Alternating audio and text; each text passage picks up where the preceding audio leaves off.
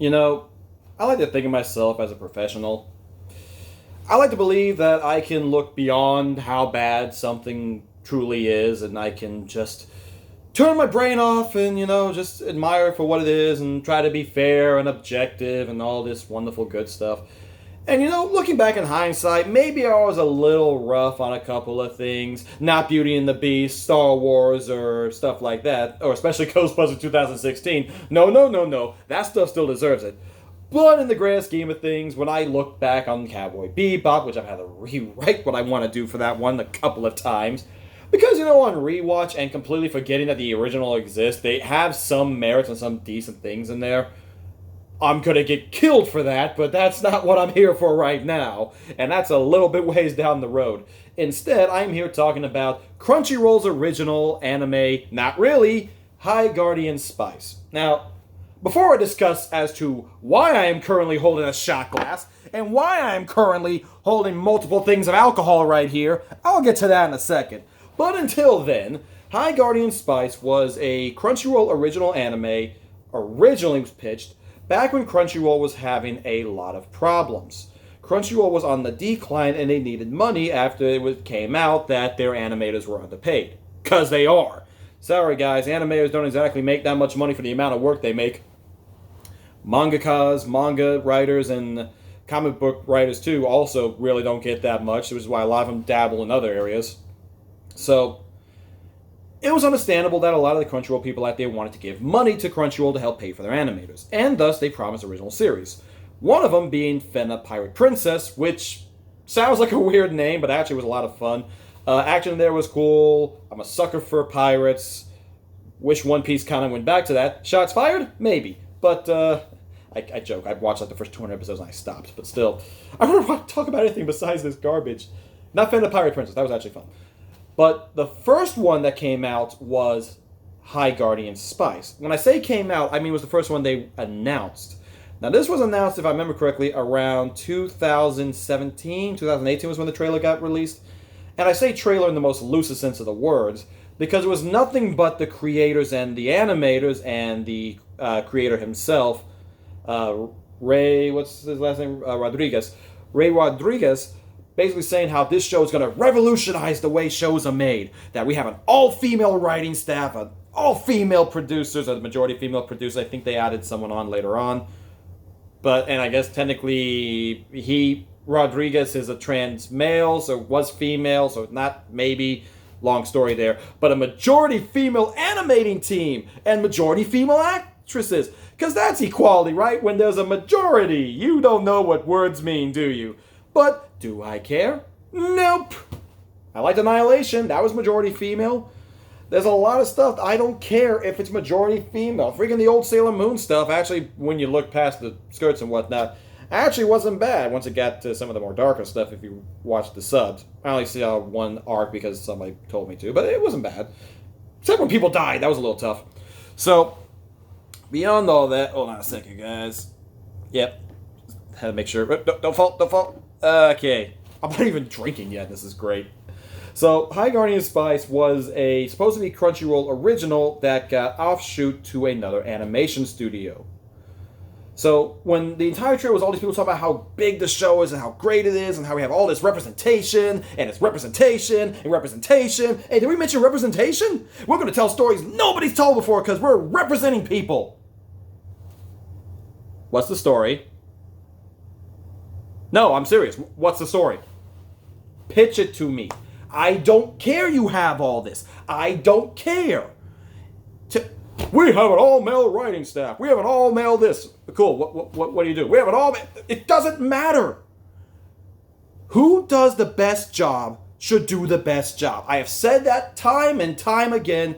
I will never, ever stop saying that. I don't care who someone is. I don't care the race, the religion. If you give an amazing performance and make me believe that you are doing a good job with this, I will. Now, case in point, before anyone gets on my case, I defend the change of the Ancient One from Doctor Strange. She did a great job. I know originally it was supposed to be a Tibetan man. They made it a Celtic woman.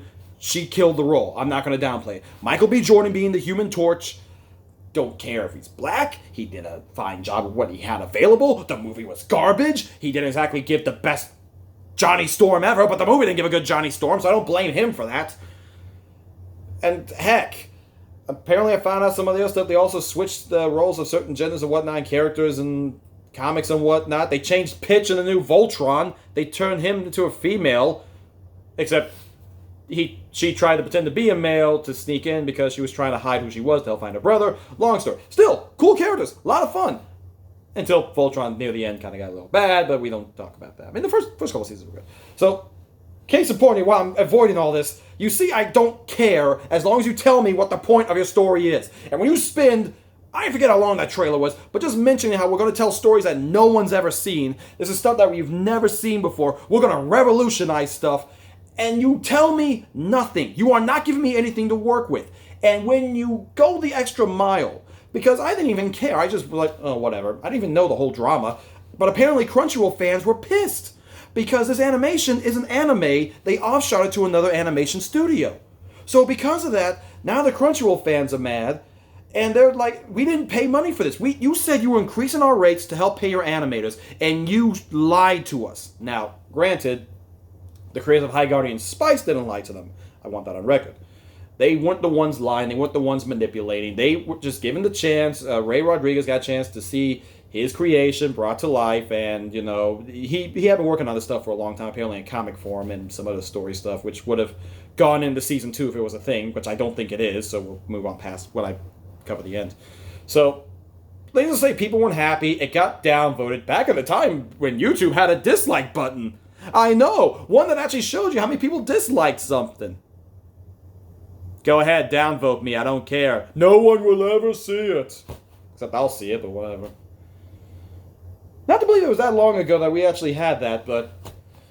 So, I read the comments, and people weren't happy about it, and then this sparked something that was very akin to something that happened in Cowboy Bebop, and there was a lot of pushback against this, and a lot of people were upset, and some people did actually, you know, say this is all High Guardian Spice's fault, how dare they. They were saying mean things about the creator and stuff, and fairness didn't really warrant it, but you're in the public space. You're gonna get people mad at you. Heck, look at my old comment section. I got people calling me all names under the sun. Until YouTube don't fix stuff, but whatever. So the fact is, it shouldn't have been that upset. Now, unfortunately for Ray, someone took it a step further. Enter Kate Leth, I think her name is. Kate Lee? I hope it's not Lee. Okay, yeah, Kate Leth. So I got names over here, along with stuff over here for this. Kate Leth was a writer for Marvel for one of their offshoot Hellcat books, and one of the main producers behind High Guardian Spice. And when she saw the dislikes and the fact that people weren't liking the fact that their money wasn't used in the way they wanted to, and maybe like 3 or 4 people out of maybe like 1,000 or so having to say they weren't a fan of the whole forced diversity and forced inclusion stuff they had. Once again, don't care, just give me a good product. Spoiler alert, they didn't give a good product. But, regardless. And that's, everybody did a good job with that, which is why this is gonna be my best friend coming up soon. So, case in point, Kate Leth heard all of this, got mad, and went to Twitter in a rage storm. We're talking, this puts the former Oompa Loompa in chief to shame here. At least he would do like 1 or 2 tweets and be done. No. Kate went on a rampage. Tweet after tweet after tweet, lambasting everybody, calling them everything the 2016 Ghostbusters people did. But, you know, she was a lot more vulgar, I would say. Leading to her creating the hashtag, and this was a real hashtag going around on Twitter. For everyone who talks about censorship and all that stuff, remember, Twitter allowed this to trend for, I think it was a while. Hashtag kill all men.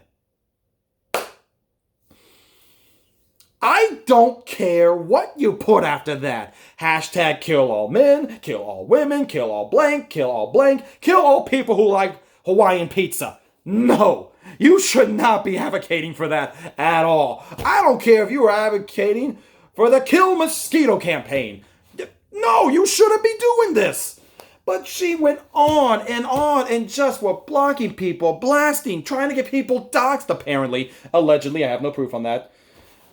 But yeah, so this was just horrible, and it got people up in arms and arguing and going back and forth over a show that wasn't even created. So when this was going on, Crunchyroll was trying to save face with the whole fact that, yeah, they kind of shortchanged their staff and then sent the money to other studios just so they could try to save a few bucks. But at the same time, they're trying to prevent all this, and this is a massive storm going on over here. So here's the problem. We now know who this person is, and we now know what her feelings towards men are in very vivid, vulgar detail. And it's not a good look, especially when you have a lot of stuff in this show that very mirrors her opinion towards it. So it's tough to separate. So a lot of people taking to this show with a very negative outlook just from the get-go because it feels like it's going to be nothing but preachy politics and under the guise of something that's not really looks that appealing. I mean, I'm looking at episode 1 right now. I'll get to that in a sec, please. Please, my good friend, don't leave me. I mean, the style looks like it's Discount Steven Universe meets Rainbow Bright. And here's the problem. That show died. High Guardian Spice dropped out the face of the planet after 2019. I mean, or I think it was like 2018 or something like that. It just disappeared for almost 2 years. And all of a sudden, it gets dropped on freaking Crunchyroll for free. You can go watch it right now. I wouldn't do it because I'm about to do it. Don't do it, but I'm going to give you guys an honest review of these episodes. So here we go. And here we find ourselves at the moment. After all the chicanery, after all the stuff that went down, you have to look at this coming in a certain perspective. And for a lot of people who were following this, it means a lot more different to them. In the same way that all of the hatred towards the people who weren't a fan of the Ghostbusters 2060 film, male and female, by the way. I happen to know many females who weren't a fan of that movie too. But regardless, when you build up this massive toxicity behind the movie, and it comes from both sides, it comes from fans and the creators alike, when you have this massive clashing, it sets a negative environment for a show that is very tough for it to succeed. And when stuff from the people who create it and all the hurtful things they say and show are predominantly shown in this, it really rubs you the wrong way and affects your viewpoint, which I will get to later. And I watched it once just solely out of watching. Thanks again to Spilling the Milk for getting me into this. I doubt you guys are watching this, but if you do, hey, cool. But Spilling the Milk YouTube channel, they do reaction videos and whatnot, but it's this setting that kind of just rubs you the wrong way. And I did go into this thing with an open mind. And I will say this.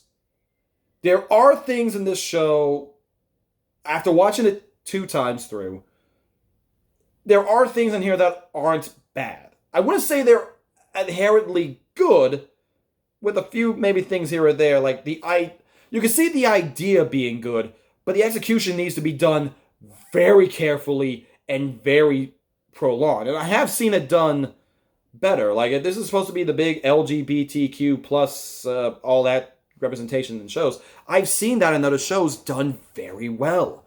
Anyone who's seen me or talked to me knows Kamen Rider's done it a lot. We've had characters in that being gay. We've had characters in that being kind of metrosexual. We've had them being drag queens almost, basically. We've had them being literally non-gender binary.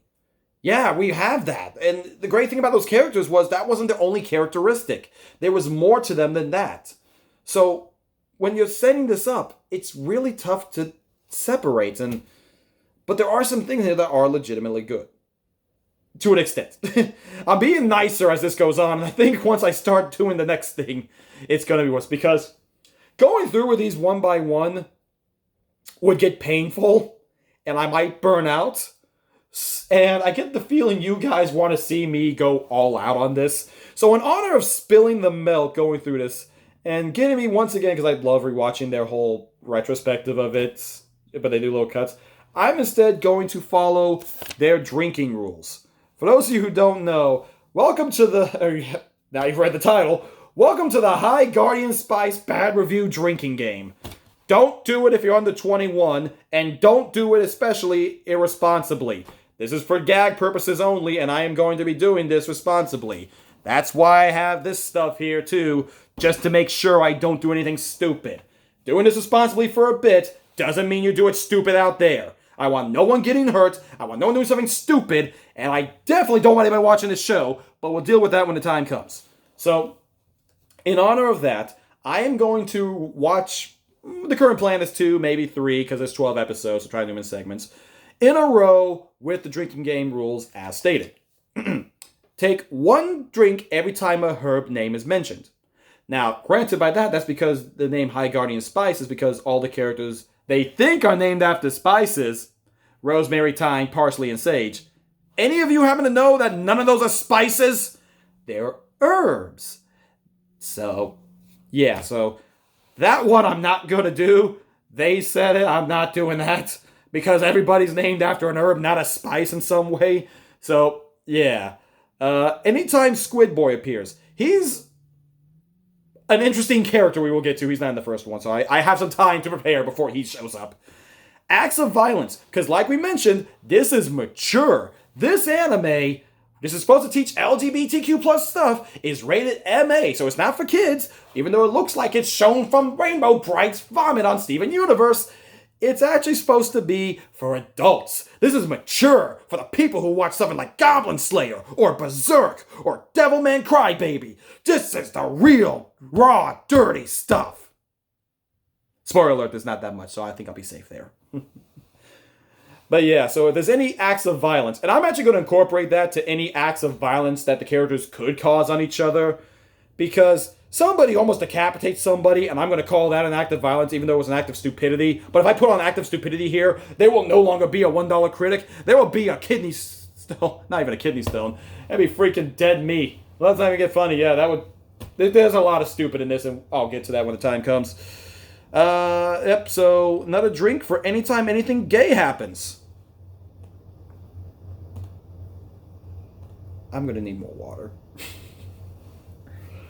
But yes, so anytime anything gay happens, which once again, just because, well, I have no issue with that, but still, there's a reason I have an issue with these character designs in this, and I'll get to that in episode 1, because they front load this stuff hard. And another drink for every time they hate men, because remember, hashtag kill all men. Just kidding, don't do that. Oh yeah, she's the producer for a lot of these too, so, basically though, I'm gonna make an exception for this one. Any straight male. Because the people who aren't traditionally straight, like, there's another character, I think his name is Parsnell, who looks like Michael Jackson. Young Michael Jackson, not alien Michael Jackson, but you know, like Jackson 5 Michael Jackson. I mean, he's got eyeliner, he's got eyelashes. I'm pretty sure they're going to make him, if this continues, he was going to come out as gay. And Squid Boy, I'm not going to, with him, because, one, they really don't hate on Squid Boy, but, I'm pretty sure that dude is probably ace, if I was a betting man, if things were to continue. But yeah, so I'm just going to say it's for any hatred towards that stuff. Which, episode 5, I'm gonna need a lot of water. Because, oh my god, I thought the 2016 Ghostbusters film was bad. Oh no, we have a lot of that one to go with. Oh no, I forgot this one. Take a shot every time there's an animation mistake. Remember, they said they're animators. They didn't say they were good. We just got majority female animators. Don't advertise that, please, because the animation in here is garbage. Including continuity errors. Like, hold on. You see this glass on my left hand? Now it's on the other hand. Now it's on the other hand. And I'm talking to you like normally. Now it's over here. Magically. The continuity in this thing is garbage, and people are hopping around like leapfrogs going from one place to the next. Take a drink every time a character almost dies. I couldn't read my own handwriting here. I haven't even had my first drink yet, and I'm having problems. Take a shot every time a character almost dies. Remember, mature rating for adults. For adults. About these underage people.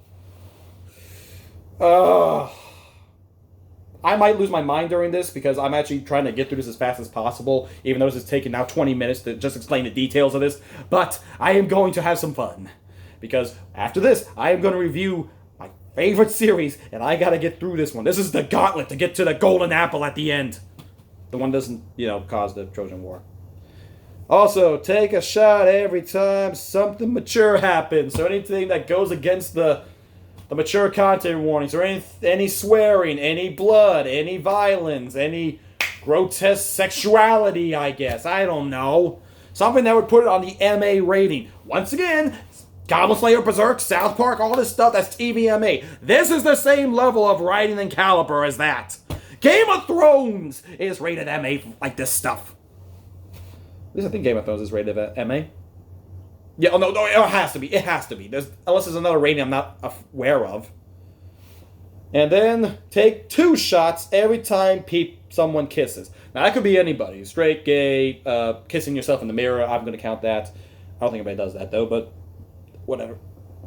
So once again, a shot for a herb name, for Squid Boy, acts of violence, anything gay, hating on straight men, animation mistakes, character almost dies, something mature happens, and 2 characters kiss. Oh gosh, spilling the milk, why did you do this to yourself, and why did I do this to me? But yeah, so, like I said, guys, normally don't do this. I don't think I'm going to do this again unless, you know what? If this thing gets... I'll tell you, there's 12 episodes, so you got 13 videos, including this one, to count on. So if you can somehow get all these views to add up to, I don't know,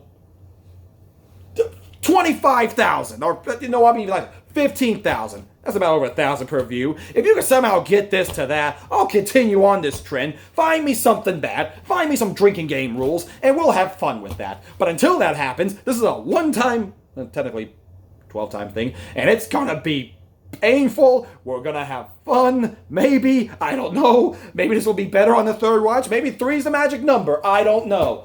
But until then, guys, don't watch this show, but if you must, it is free on Crunchyroll with ads. So, I'll have time to recover sipping this wonderful water. So, enjoy the ride, guys. I don't know how well this is going to turn out, but this came to me in a fever dream of some sorts, and I just want to go along for it. It feels like it'll be fun for everybody involved, or at least something to look back on and laugh.